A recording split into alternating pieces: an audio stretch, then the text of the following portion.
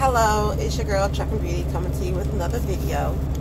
And this morning, I want to talk about something that's like really personal and dear to me. That's anxiety. A lot of people probably wouldn't think that I suffer with anxiety, but I did. I suffer with anxiety real bad. And for me, it was, believe it or not, driving anxiety. Yeah, driving anxiety. Like,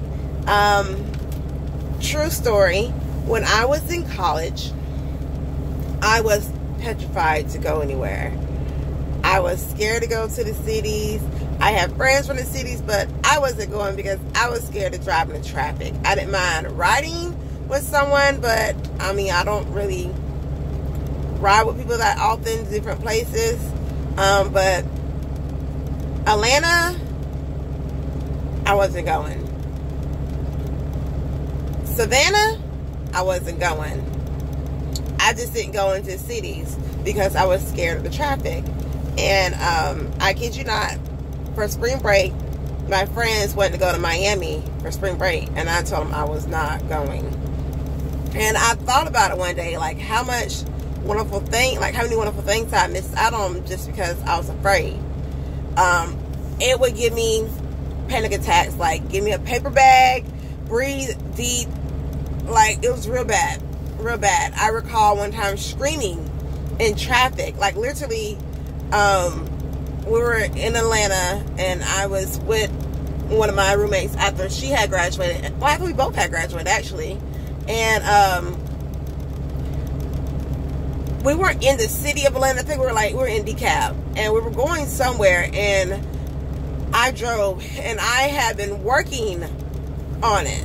And she said, go, and there was a car coming, and I started screaming. It took me like 45 minutes to calm down. But, you know, I just woke up one day and I kind of realized, like, how many awesome things am I missing because I'm afraid. And I didn't want that to be my life anymore. And so I made it my mission. What I would do to help myself with my situation is I decided to just do it. To just go. Like, as much as I could, when I could, just go. Lots in the sun. So every chance, like, okay, so my thing was every time I got paid, I would take some extra money and put it to the side just for gas.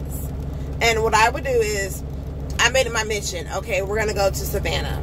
Okay, we're going to go to Augusta. And we're going to go to Atlanta. Those are my 3 places to go.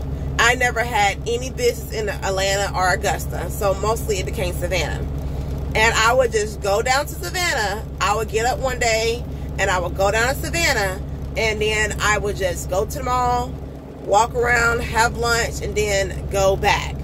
And if I was, like, I didn't have no set time to go, so I didn't worry about, like, rush hours or traffic time. I was just going to go. So whatever time I got up and got dressed and went is when I went.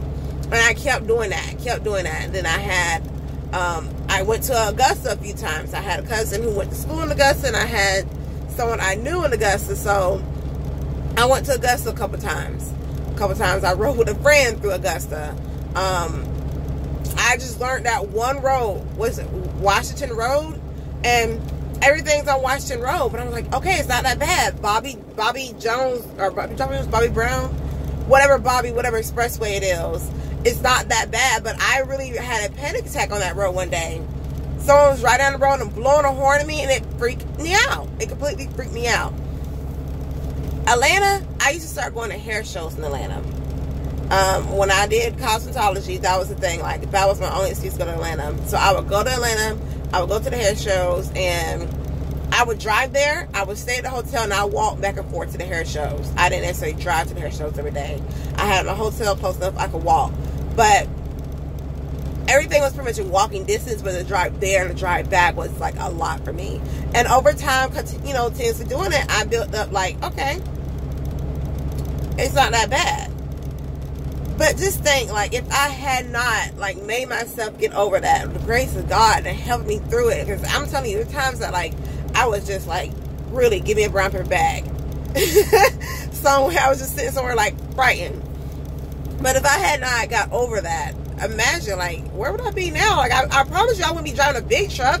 And that's the crazy thing about it. How does someone who was that petrified of traffic start driving big trucks in and out of cities? You know what I mean? Like, you got to, whatever fear you have, whatever anxiety you have, you got to find a way to get over it. You got to. I used to be petrified of snakes. Most people are. But that was another thing that was like freaked me out. Like if I saw a snake in the road and I ran it over, I freaked out, because to me, in my mind, but to me, this is how it worked. It worked that that snake was on the ground and the tires ran it over, and the tires are touching the vehicle that I'm driving. So it would like freak me out. Like I didn't want to touch, like I didn't want to be in the vehicle no more. I didn't want to be on the ground where the snake was. I didn't want to be in the vehicle. It just creeped me out. But when I started working at a prison before everything else. Anyways, when I started working there, I knew that there were people there who would find your fears and then play upon it. And I just refused to allow that to happen to me. And so it did happen one day. Oh, it happened. One of the ladies said, "Hold still. You got a bug on you." And I just sat there completely still. And she just sat there like, I was like, "Are you going to get it off or not?" And she said, "Oh no, I was kidding. You don't have anything on you. I just wanted to see what you're going to do." So understand this. That lady really, she pointed out to me, there are people in life who will sit there and prey on your fears to freak you out, to see the reaction. They like the reaction. They do. They really like that reaction. Okay, perfect example of that. How they like the reaction of seeing people freak out. Remember the show Fear Factor? Yeah. Like if you can make a whole show about people's fears, come on. Don't let fear take you down. Don't let fear take you down. Whatever your fear is, just get out there and slowly and gradually start doing it, because you owe it to yourself to get over your fear so you can take you to the next level. Okay? So I just want to be an encouragement to somebody. The sky is the limit. Whatever you want to do, you can do it. If fear is an issue, slowly and gradually start getting over it. You know, put yourself in that position. Put yourself in that position. I completely forgot that I had such bad, I just spit. I completely forgot I had such bad driving anxiety till the other day. I was in Atlanta in my own mind, and I was going down 285 to 85. I came off 20. Did I call it 20? Yeah. I came off 20, hit 285, and I was going to 85. Well, in my mind, I don't know why. I know why. Because most of the time, I don't go up 85. I go up 75 north. So, in my mind, you know, I don't drive with a GPS. So, I'll look at my maps or whatever, and then I'll go. And so, I got off, not paying attention. I got off 285 on 75, started going 75 north. Had to turn around and go back to 285, get back on 285 to go up to 85 north. And in that process, I took an exit that looped around, and as soon as you get off the interstate, you got to get back over into the other lane to get onto 80 or back onto 280 or 75 south. And it was a real close thing. Like literally coming off the ramp, I don't have the space to get my truck and trailer into the other lane. So I was kind of blocking the traffic a little bit. Not intentionally, but I'm just driving a big vehicle. And people were just blowing a horn at me. Honey, when the light turned green, we'll work it out. But right now, we can't do anything.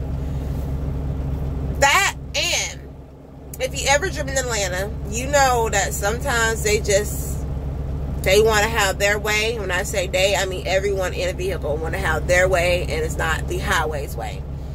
So, I had to change lanes. And I changed lanes on my driver's side. I changed my lanes. I'm a pretty courteous driver. So I changed my lanes slow and steady. But I literally put my signal light on to change lanes. And you know how this go. The car speeds up. They want to take the lane too. They want to block you from that lane and come up your side.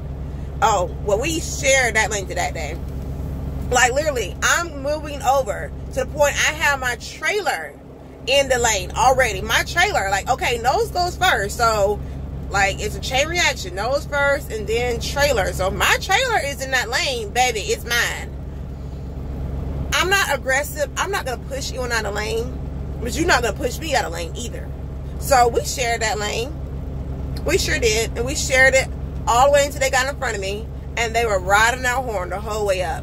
If I let anxiety freak me out, like, oh my God, or if I was, you know, pushing them over and they're pushing me over, that could have caused a wreck. It could have. But, so what? For 3 seconds, me and a car are both in the same lane. Which I was there first, but they just want to be extra. So what? But it really reminded me, like, where I came from with that anxiety. Like, I would have been flipping, but I wasn't. I'd have been rolling, but I wasn't. I give God the glory for that, honestly, because y'all don't even understand. Like, I'm telling you, when I first started driving the truck even, and I don't use a GPS because I got lost several times with the GPS. When I first started out driving, I had the Qualcomm. And Qualcomm, the navigation system on there, her name was Jill. Jill would just do you dirty. Go out and wouldn't say nothing. And I would get lost, not knowing where I was. And I would just start screaming and flipping out. Like, really in the middle of the street screaming. Can't do nothing about it. I remember, hold up, we got to get through this. Jesus got me. Got my back. And that's why I don't use GPS now. But even in the truck, I've had levels of it. And them blowing their horns at me and all of that stuff, it really just reminded me of that. I'm not that way anymore, but I know that someone else out there might still have that issue. So I just want to say, be encouraged. Put yourself in that situation where you can, slowly start getting over it gradually and gradually. That's it. But, okay, girl, gotta go. All these miles. Holla.